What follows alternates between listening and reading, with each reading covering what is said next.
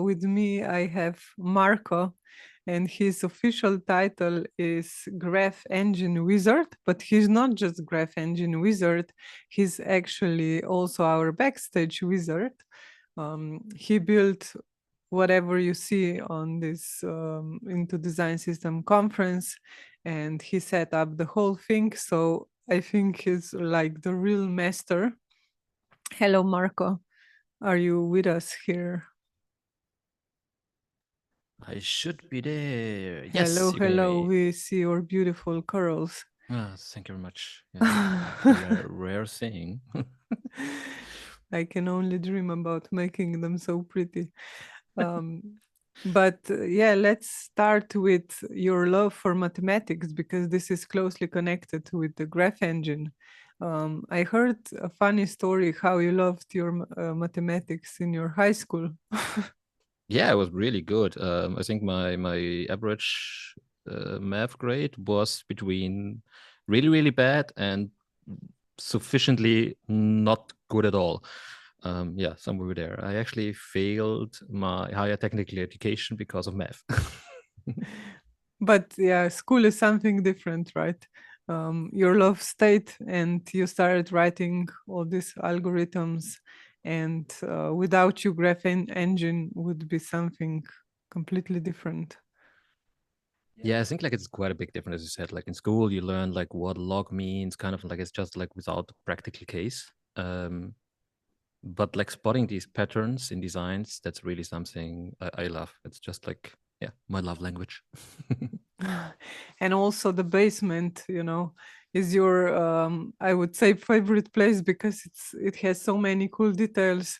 So was it hard to come, from the backstage to the here and have a talk? Probably you're also nervous that everything should work.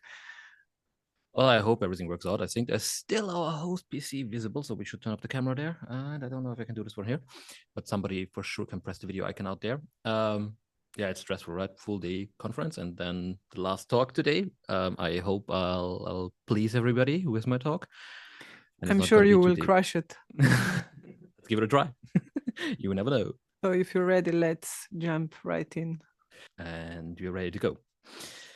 Cool. And let me just move the Zoom bar. That's good. Okay, so big welcome. Hey, everybody. Thanks for staying up so late or so early. I've seen some people from Australia joining, so I think it's like 5:30 in the morning. Good one.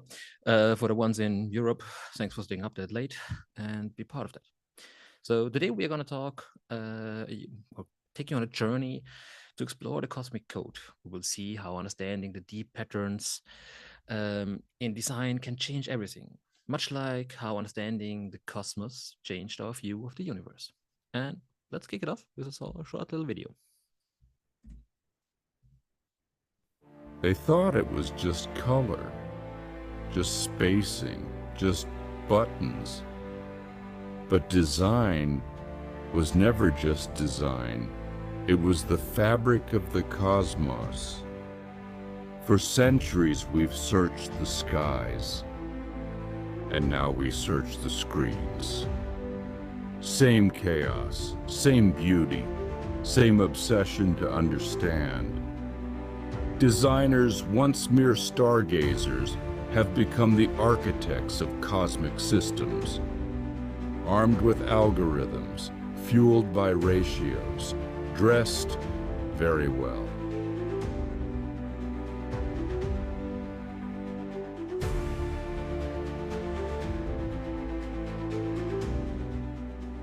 So now that I got all of your attention, let's jump into it. For a long time, much of design felt like mystery, sometimes even like superstition. But we're moving towards a new era, an era of understanding the algorithms or underlying rules that make great design work. We'll explore this in the 4 parts. First, we'll look at the age of observation and tedious tombs, the early days. Then we'll discuss Copernicus' shift, where we start finding deeper patterns. After that, the algorithmic age, looking at benefits of this new understanding. And finally, we'll talk about charting new galaxies. What comes next? So let's begin with part 1, the age of observation and tedious tombs. This is what we can call the pre-algorithmic era, a time before we truly understood the systems behind our design. In these days, our design knowledge was like ancient scrolls. Think of early astronomers carefully drawing every star they saw. In design, this meant endless documentation. We created huge brand guidelines, UI kits, trying to write down every single detail, every color, every size, every typography. If you look at old, very detailed brand guidelines like Walt Disney or NASA, some of them like really beautiful books, you can get them, for example, at Standards Manual. You see how much effort went into manually recording everything. It was a lot of work. And because everything was documented manually, designers had to manually replicate these rules. They'd constantly check documentation, trying to get every pixel perfect. It was slow and easy to make mistakes. This created a fragile cosmos, a design world built heavily on individual intuition and memory, rather than shared principles. And in this world, it often felt like magic ruled design. Some things just worked, others didn't work, and it wasn't always clear why. And if we look back, even in ancient times, like in the good old Greek, 432 years before Christ, some designs achieved amazing harmony and beauty. But the rules they followed were often unspoken, learned through long apprenticeships, or perhaps even stumbled upon. Fast forward to the early digital age. Around the year 2000, design often looked chaotic. There was a lot of experimentation, but not always a deep understanding of what made a user experience good or bad. Like it was hard to explain why something felt off beyond just saying it really doesn't look good. So when a design did work, whether ancient or modern, the question often was, wow, why did that design work? And the answer might be simple. It just felt right. There wasn't always a clear fundamental reason we could point to, other than the designer's instinct or the client's approval. And yeah, it just felt right at that moment, right? So this approach had a big problem. It was very hard to grow or change. If the main designer, the design god, imagine Mr. Biscuit, Victor Neistat, right? Some of these brains behind big systems. If they are just like with all the intuition and all the knowledge of how things were created, left the project, the whole system could become unstable like a Jenga tower with a key piece removed. And yeah, we are like falling apart. The same happens if we think about agencies that give us color palettes that are manually picked, and then we don't hear about them forever again. And we are just there stumbling across colors over and over. Predicting how new designs should fit in was often just guesswork. Yeah, the universe doesn't collapse, I can tell you already. This brings us to part 2, the Copernican shift, a fundamental change in how we see and build designs. The shift is all about discovering the underlying algorithms, the hidden rules and patterns that govern good design. It starts with an aha moment, looking at all the observations, all the successful and unsuccessful designs, and suddenly realizing there is a pattern here.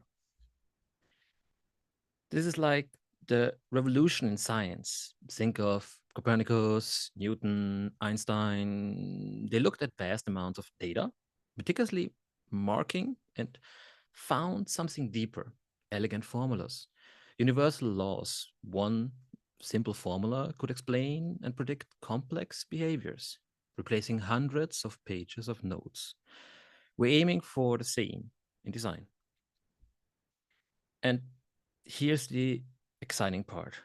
Our world of design, shapes, forms, colors, isn't so different. It's all governed by similar natural laws or principles that lead to harmony and clarity. Our brains seem to be naturally drawn to this kind of underlying order. We find things that follow these patterns or algorithms pleasing and easy to understand. Historically, many great artists and designers, perhaps like Leonardo da Vinci, who was also a great observer of natural patterns like those described by Fibonacci, tapped into these fundamental algorithms, sometimes without even knowing what he was doing. These mathematical relations like the golden ratio or Fibonacci sequence appear again and again, things that we find beautiful.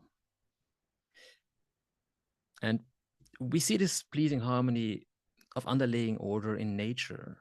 Just looking at the sunflower, right? Like how everything flows and how it's balanced. In classical art, where proportions often follow these natural ratios. And even in well-structured modern websites, where balanced layouts guide the eye and make information easier to process. An algorithm, known or unknown, often leads to experiences we find good. So let's start deciphering this cosmic code by looking at color. For a long time, choosing colors was often subjective. This red feels right.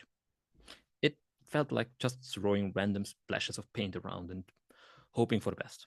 That's what a lot of people do, right? Like we get like our palette, have fun. But now we understand color isn't just a flat list of choices. It's a multidimensional navigatable space, like the HSL cylinder. Hue, saturation, and lightness are its coordinates. We are moving from random splashes to a structured, understandable system. Let's look at an algorithm of lightness scale. How we create a range of light to dark shades. We can actually teach a system how to generate these scales, moving beyond manually picking. We could use a simple linear algorithm, taking equal steps from dark to light, which means 7 steps, equally spaced. That's kind of like quite linear. But by understanding the needs of our system, we found a better logic, like curves. And this isn't random. It's a pattern that creates a more visually smooth journey from the shadow to light. It's the physics of how we perceive lightness.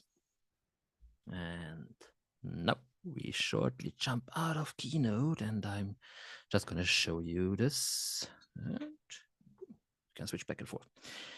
So I'm in our graph engine, and I really just want to visualize what this curve means, kind of like. On the bottom here, we should be able, let me just close this one, I forgot it before. Amazing. We should see a color scale, right? And this color scale, lightness, is based on that curve we see on the top right here. And I look on the wrong screen. Ha! Let me make it a bit bigger that you see it. And let's zoom out. So this is kind of like our lightness curve. You can see I'm not going completely black here, but I'm starting pure white. But if I want to change the scale, and like there's some logic here, I'm tweaking my curve. You can see how that scale actually changes, right? Let's imagine we have like a dark to saturated to dark scale. Or we just move it up again, kind of like, and let's say, hey, we actually like go strong there. Really, right? This is kind of like what we want. And this works for a few colors here. We can see all of these colors are adjusting. But I've created a repeatable logic here. And that repeatable logic helps me to build something, kind of like. So what happens if Brent comes in and gives me some more colors, kind of like. It tells me, hey, we suddenly have this awesome set of colors we want to bring in, right? They're really beautiful, like low saturated sand, sage, kind of like very light blues that really work well with a info color. So yeah, I guess all of us have been there. What do we do, right? If you have a logic that is quite robust and maybe color persistent, and you set this up as a repeatable pattern, I'm just going to replace the input here. So you can see we currently have like 6 colors here that are the top ones here. And now we're going to change that. And we're done. Our tokens are generated. That was it. They are not perfect. I also have some error in this graph, I have to admit. But yeah, you see, we have this kind of like. And I made this also quite versatile that I can switch between color modes on that palette. I can also say, hey, we don't need 15 steps. We actually need like 11 steps. I hope nobody changes this on the fly in the design system. Please don't get me wrong. This is not what you should do. And then you can also say like, hey, we actually like, maybe if the colors come in P3 and we only ship to mobile, we also calculate the colors in P3. I'm having an hex input color, so it doesn't work that well. But yeah, all of this kind of like is in my logic, and you can see it's not perfect. Sometimes we make mistakes, but the graph engine makes it easy to work on these mistakes and add more logic over time. So color logic, big things. Let's go back to the presentation and see what we else have there. I need a sound effect. Sorry, like just makes me feel funny. Saturation. Saturation is one of the other dimensions that we have on HSL. Saturation doesn't have to be flat line, right? A lot of people just put a saturation value there, and then all the steps on your scale should be the same. What happens in the background is it gets probably gonna be cropped, or your light tones don't work that well. So what we're actually doing is, in the extremes, we want to flatten out our saturation.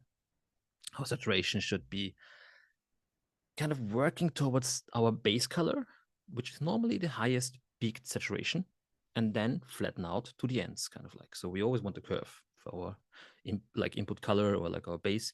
It's very much the left and the light or something. It goes quick up and slowly down. And if it's on the other side, slowly up, quick down, kind of like. That's for saturation. Then we have hue.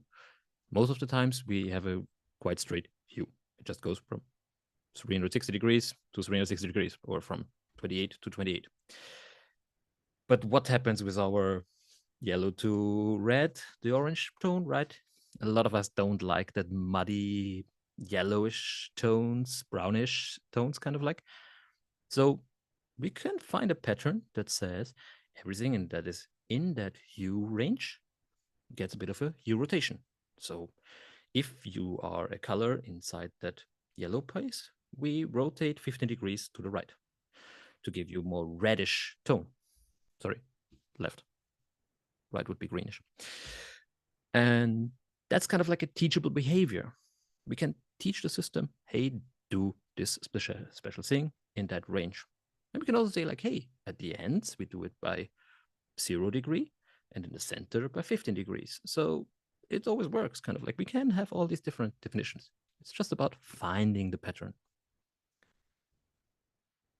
So by understanding these underlying algorithms for hue, saturation, and lightness, we've moved from that blue looks nice to a predictable, navigable system, which replaced potentially hundreds of individual color choices with a few elegant rules for moving within the 3D space. We can predict what our colors look like. And going forward, there's more happening. And just as scientific models evolve, so do our color algorithms. Color spaces like LCH, OKLab are like more refined maps of colors universes.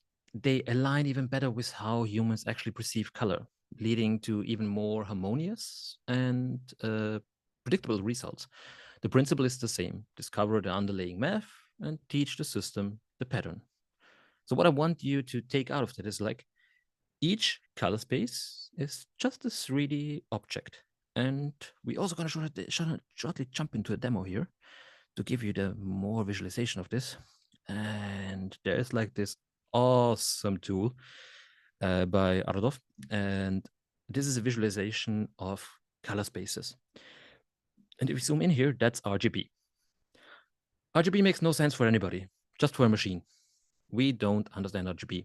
It's like, yeah, mix me like red with blue and then green, and like, yeah, where am I in this 3D object? Let me just enable the wireframe. We go from black to red, here to the yellow, right, to green, and here to blue. And then we mix it, goes to the next angle, and on top we have white. But different color spaces have different forms that we can navigate. Hue, saturation, lightness, kind of like, that is something that we can navigate a bit easier. And if you imagine you take this one cut of that slice, that's what you see in your color picker, right? That's the gradient. Kind of like if you look, on top we have white, on the bottom we have black, in the center we are desaturated, and on the outside we are fully saturated. And the rotation here is our hue.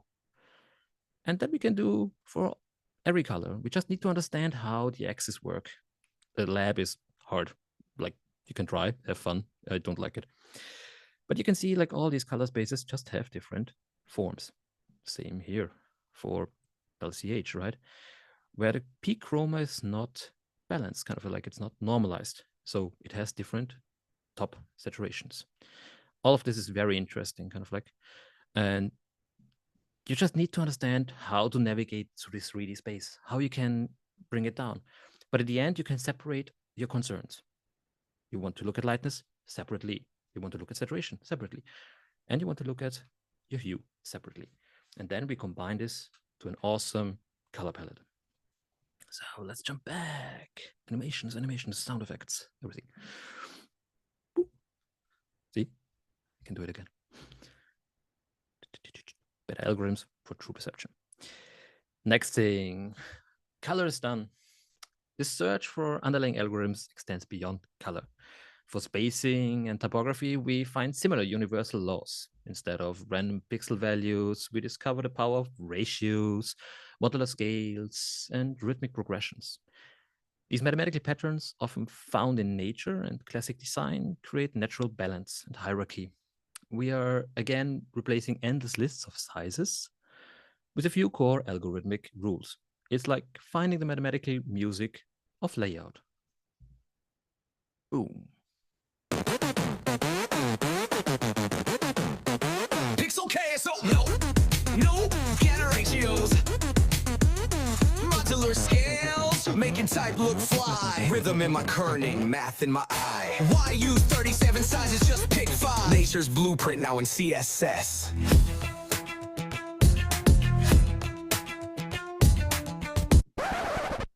Okay, let's stop the fun. Back to demo time. And now we're going to look at some simple scales and I give you a bit of an approach, okay? Let's go. Escape out of it and back in here. And first of all, I want to give you the approach. We're going to talk about this a bit later. Loading, awesome. Who would have expected that? But what I love to do is to find my patterns, is to just scribble them, right? I don't jump directly into the graph engine, which we will look into in a second. I try to find the balance. Okay, honest thing, I understand the graph engine quite well. I jump directly into graph engine. But if I do this workshop with people, I try to start painting kind of like what the thing is we want to do. So let's imagine we want to find the contrasting color on top of another color, right? We normally can do this now with Figma's awesome contrast color picker. Yeah, I'm sure you all love this and like it's really helpful for creating systems. So let's imagine we have 4 input colors. We define them as surface, color name, background, right? And then we want our foreground color. For the foregrounds here, we keep it simple. We have a white and black.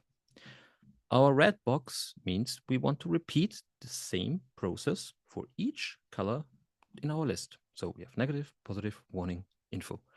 Each of these colors should have a contrast check and give us either white or black, depending on what's the on color. So what happens is I define my one token. That's the background. And then I have a contrast checker here that should take a background, foreground A, foreground B.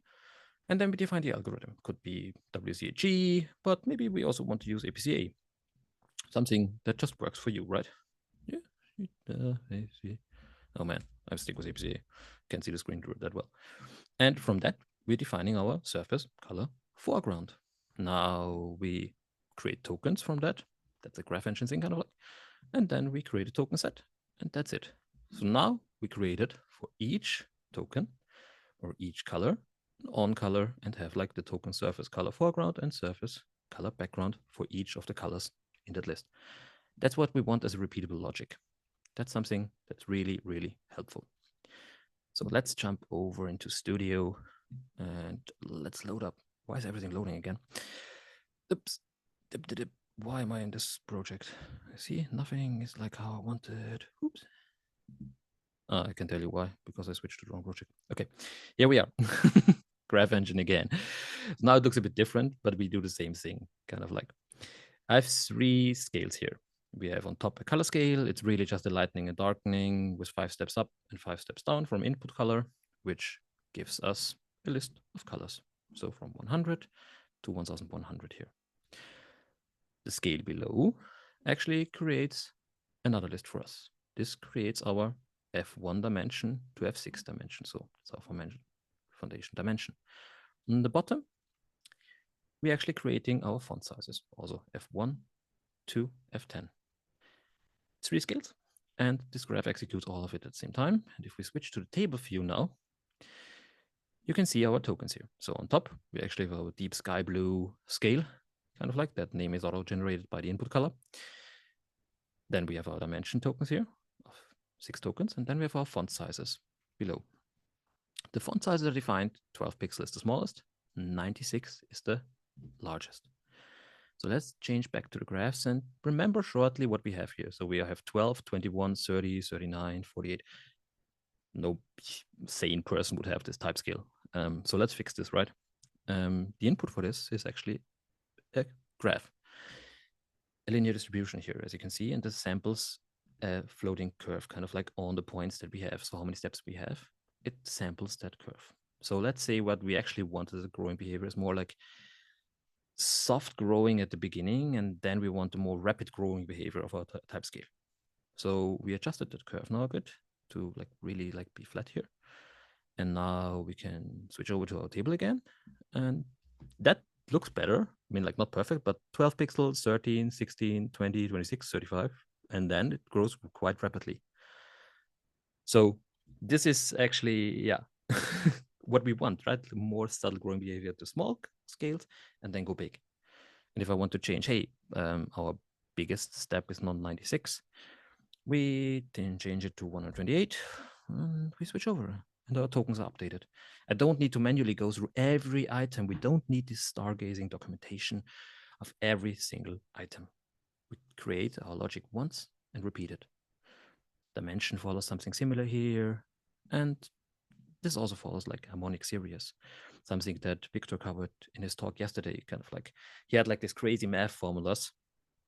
That node does the same thing, kind of like we don't have the rounding to half pixels here, but yeah, ratio of 2, 5 nodes. That was like in his part, kind of like of the equation. If we change the nodes, we get different values in our table, and our dimensions also changed. So easy changes, a lot of effect on our full output. That was the graph engine, small thing. Just to understand, right? We build stuff in patterns. We make it work for the system.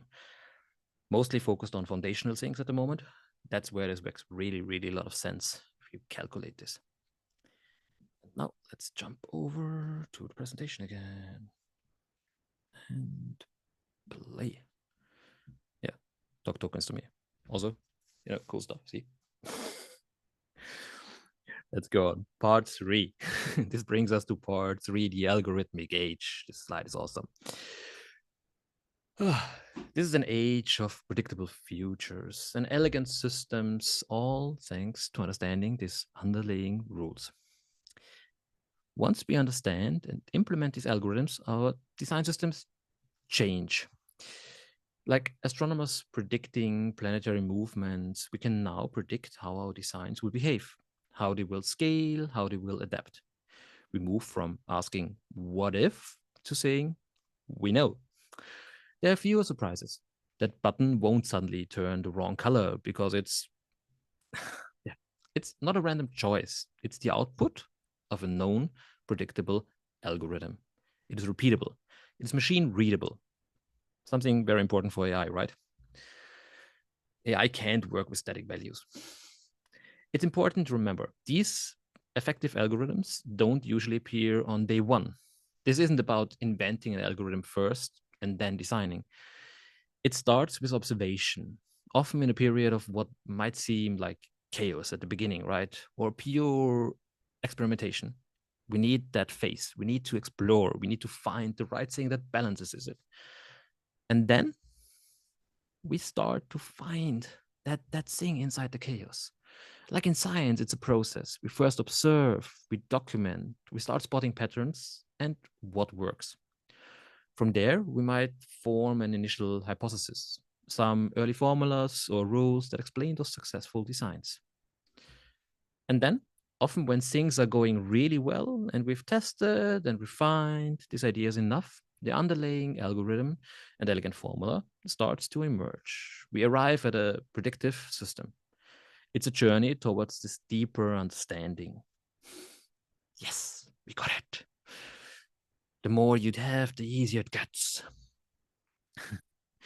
And this is the incredible result, the beauty of brevity. We replace those hundreds of pages of tedious static documentation with algorithms that are machine readable, that are scalable, that help us build a good system. It's like with a few lines of elegant dynamic code or a simple set of mathematical relations, our own E equals mc square for design. One formula can lead to infinite consistent expressions.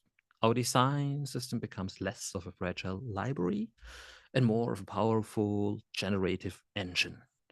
It's efficient, maintainable, and frees us up in what we want to do. And next demo time for our System Thinkers Club in here. So let's move over to Figma once. And before we start here, I want to give a big shout out to Victor and Biscuit and Marcin again, and also Romina. Context is king. I think that's kind of like a big theme of this conference, and it's important. We don't want to manually maintain hundreds of tokens and use these hundreds of tokens. Kind of like we want a system that gives us the right values if we set the right context. As with an LLM, we need to give the LLM the right context. In design, we can also give the right context of what a card is and how it works. So this full screen here is really fully calculated with graphs. There's a few static values that we'll show in a second. And then we have our cards here on the bottom. I love to show these off because it really like shows the impact of this. So what we do in our system is we look at values, we start calculating on colors, and we build a utility class. We have surfaces, kind of like where we have surface and canvas. Canvas is everything big, surface is everything a little bit smaller, buttons, components, right? You know the gig. And these always have on colors. They have foregrounds, they have strokes, they might have icon colors, kind of all of that. We have subtle, a default, a minimal foreground.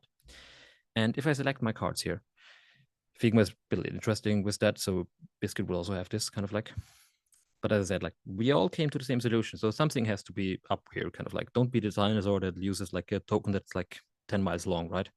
We want short things. So you can see here, foreground default, subtle, stroke minimal, background. The other card looks different, but it has a foreground default, subtle, stroke minimal, background. But this card also has the same variables and this also, right? So how does it work, right? Everything is pre-calculated and we only set the context. So if I want to change that card here to default, oh, I don't need to adjust my colors. The system knows what the contrasting color on top is. I stay accessible. I don't need to maintain everything underneath. This works on one layer, doesn't trickle down, right, to infinite levels. But on this one layer can do easy changes. But that's too strong. Let's go with minimal. Let's do subtle. Subtle looks good, kind of, right? But what if I need to change that here to have a different appearance? Let's put it in a brand appearance. And yeah, I can just change it. And okay, maybe that's too minimal. No, let's stick with subtle, kind of like. And we can change now the full thing to dark, right? No trick, kind of like, let's go back to light. But we also have brands here. So let's say we actually want to switch to Penpot. Not really Penpot, but let's say to the Token Studio ugly brand that I've created. And we also saw like suddenly shapes change, right? And everything is like adjusting. So if I go to HEMA, it's a very round, and we can actually see this also on top here. And we also have like kind of Token Studio, very edgy and different contrast colors. And you might think that's like a ton of maintenance for all these brands and all the modes, and we need like thousands of tokens. Yes, there's actually really a lot of tokens to stay accessible and everything. But we don't expose that to the user. This is my color selector. I can scroll through here, right? That's like nothing. We have a palette and with a few colors that I can choose. I can even scope them down to say like, hey, only use them for strokes, right? And only give me the foreground for the fills. So that's how we do it. I can change appearances, I can change the surface and everything. And by that, I'm using it. And this doesn't only work in Figma. This is a perfect translation to code, at least in web. This is like how CSS works more. It trickles down, and we just change the context on the specific element. So let me switch over to the browser and to our storybook on my local host here, which hopefully doesn't crash yet, because I'm doing stuff that I shouldn't do sometimes. And yeah, we can see, right? We have a card, it looks a bit different. It's the same thing, kind of like yada, yada, yada. So if I inspect this card here, and I don't see this stuff, the microphone is in the way. Okay, we have here data attributes. I know it's very small, but like, trust me, there's data appearance here. And if I change that data appearance of that element to say this is now accent, it changed, right? We got like the purple accent color on top. And if I change my subtle, it changes. And if I put it to default, it also changes. And now the cool thing, right? My success. Success is a different on color. It's dynamically calculated. Everything is there. It works. That's the power. As a developer, as a designer, I'm changing the context, and I can be sure whatever I use on top is accessible, it's working, and I trust my system. But it's about creating the trust. And that's hard if you have manual documentation and can't prove it. It's also hard for an AI to understand what your decisions were. But if you document all your decision tree, all your special things, it makes a system scalable and robust. So drop in the chat. I stopped sharing. Sorry. Wasn't on purpose. Let me back. Okay, back. Can I get in the chat the number? How many tokens are used to create these 3 brands, kind of like with the different colors? And how many tokens does one brand need at the core? And I'll give you some second. I would love some Jeopardy music, but I don't have it. So give me some numbers, guys. 3,000. Oh. 20. Carousel is 20. Ooh. 1,000. But that's a very specific number, 1,893. That has to be something that they have in the system. I see some very specific numbers here. Okay, cool. Let me jump into Studio where we have all this combined, which I changed before. So let me go back here to my tokens and let's go to the HEMA input set. So that's our input. That's actually like what I use for this definition. We use 3 different font families. We do some calculation of the fonts. I'm not going to go into depth today about this. Then we use the pill shape, kind of like, is it pill shaped or not, kind of like on some elements. And then, for example, here we have our HEMA dark and HEMA light, which means I can define a color for light and one for dark. In neutral, I want a very contrasting color. I don't want that gray in the middle as color, right?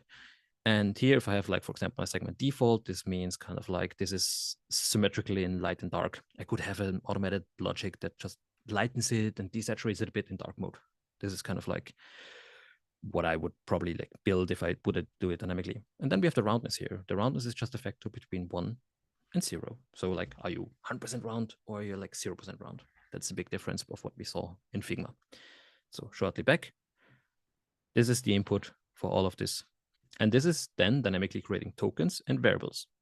So if we look at our foundation library, it has a lot of variables, but they are pre-calculated once exported.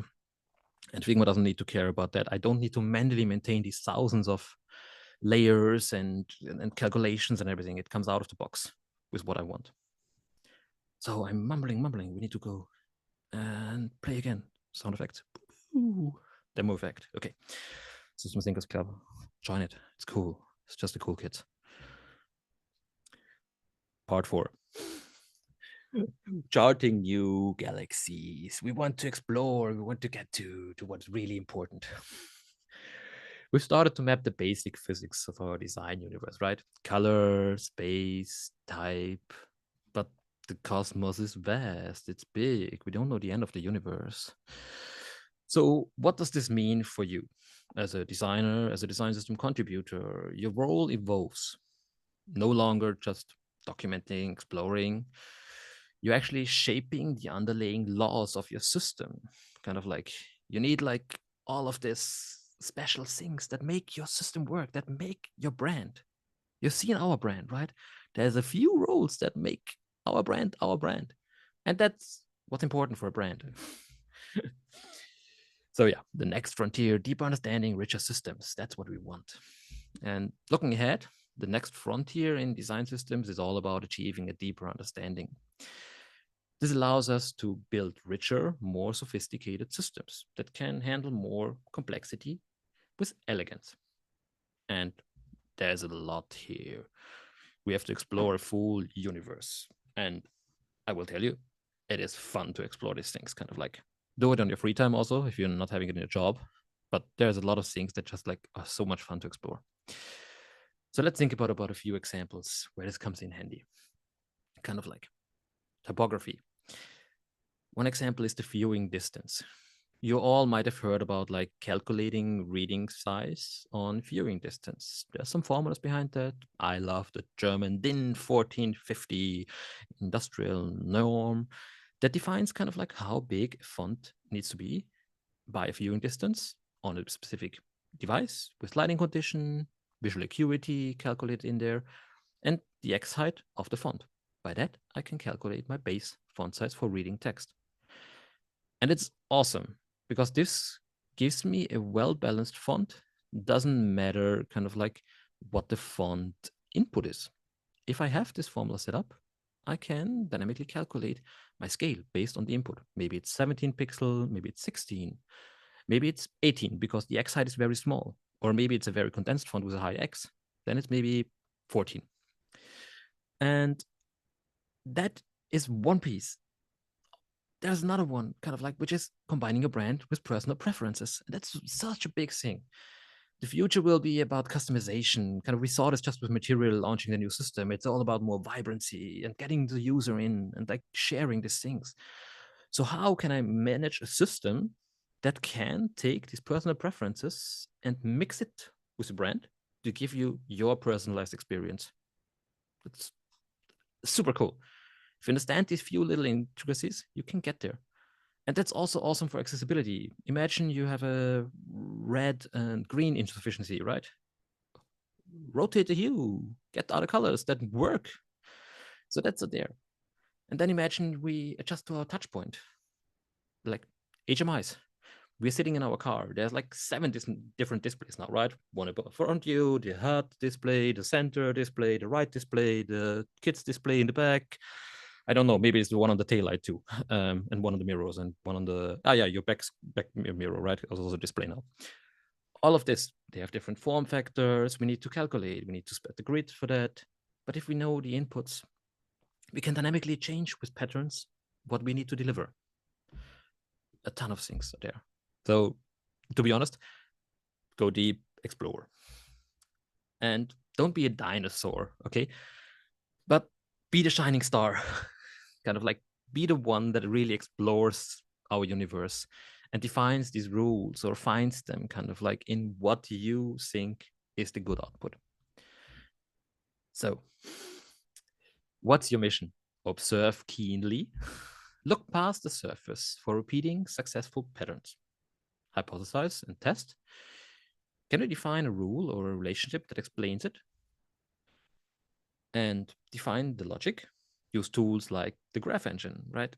I mean, like, it's my love child, so sorry, I'm a bit opinionated there. To turn these patterns into teachable algorithms. But like the graph engine is really awesome, don't get me wrong. And refine and evolve. Our understanding will always grow. So be ready to update your cosmic logic. But updating the graph engine is cool. It's not like rewriting thousands of tokens. It's going in there, adding an if statement, and you're done. Everything recalculates. I don't need to worry about like other stuff that it's 3 layers down the road. So you are shaping how the design universe will behave. And remember, true elegant algorithms aren't forced. The algorithm is not something we force in it. They emerge from deep observation and genuine understanding. That's our guiding star in building truly intelligent and beautiful systems. So I hope you enjoyed that talk. I hope it could give you a bit of an insight. I gave a bit of hands-on, but like, we can go really, really deep with everything. So thanks for tuning in.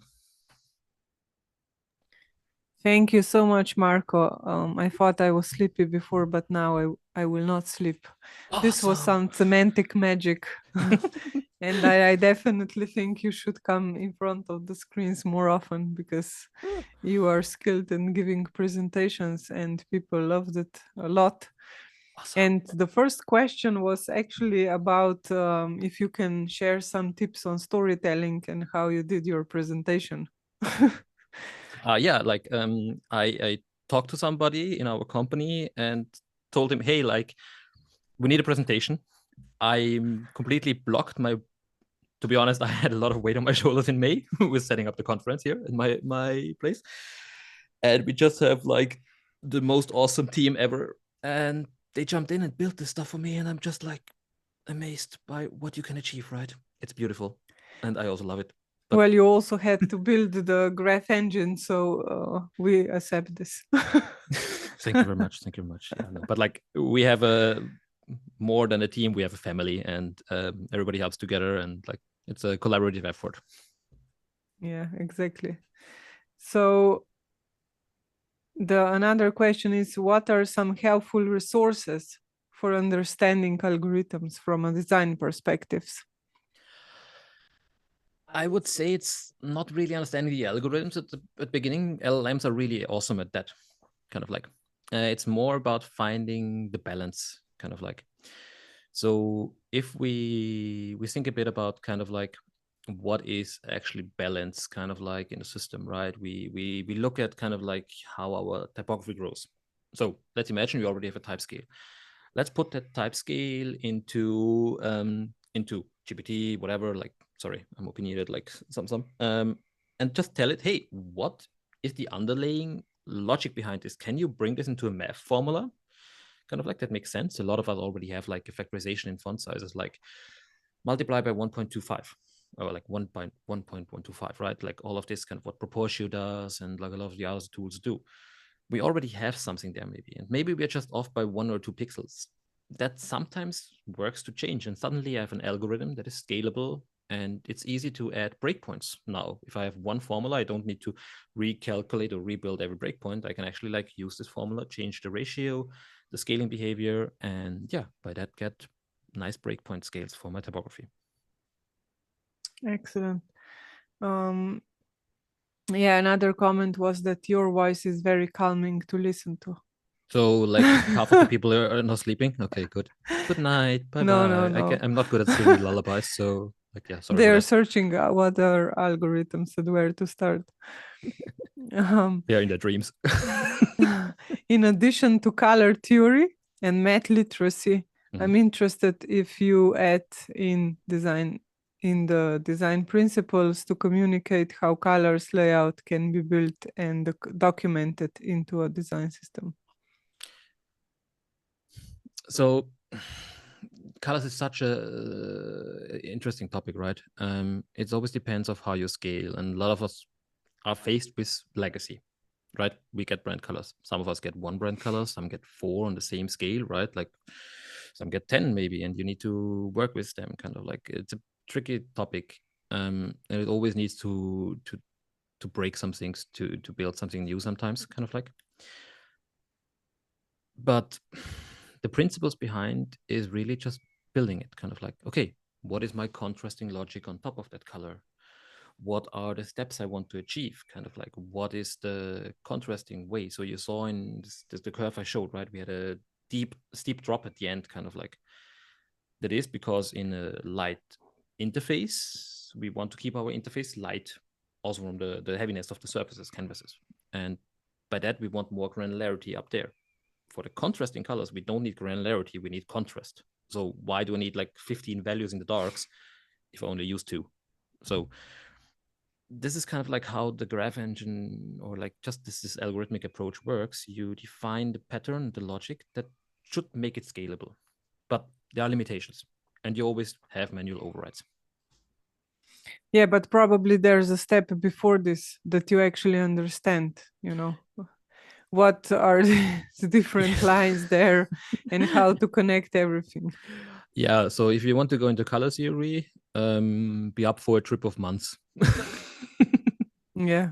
No, well, I mean, like color theory is just a complex topic. It's awesome to dive into, and I would recommend everybody to learn more about it. There's like Color and Contrast from Nate Baldwin. Amazing page. It's not too much content, but it's really on point content to understand the basics, kind of like just learning like what all of these mean, kind of like why different color spaces work like this. What's the history of colors? I have like a awesome kind of coffee book, kind of like of female colorists in the history. It's beautiful, like just looking at these old illustrations of colors and like the different kind of like color wheels and everything, how it's created. It's really like lovely, and like it's just an awesome topic to just dive into. Maybe you can share a list of useful resources or books later Yes, on. definitely. But yeah, also Nate Baldwin had a talk last year about scalable scales that scale, and it's also a really good intro, I think. And then if they watch this video from him from last year and then continue working and also rewatching your video from this year, they will understand way more.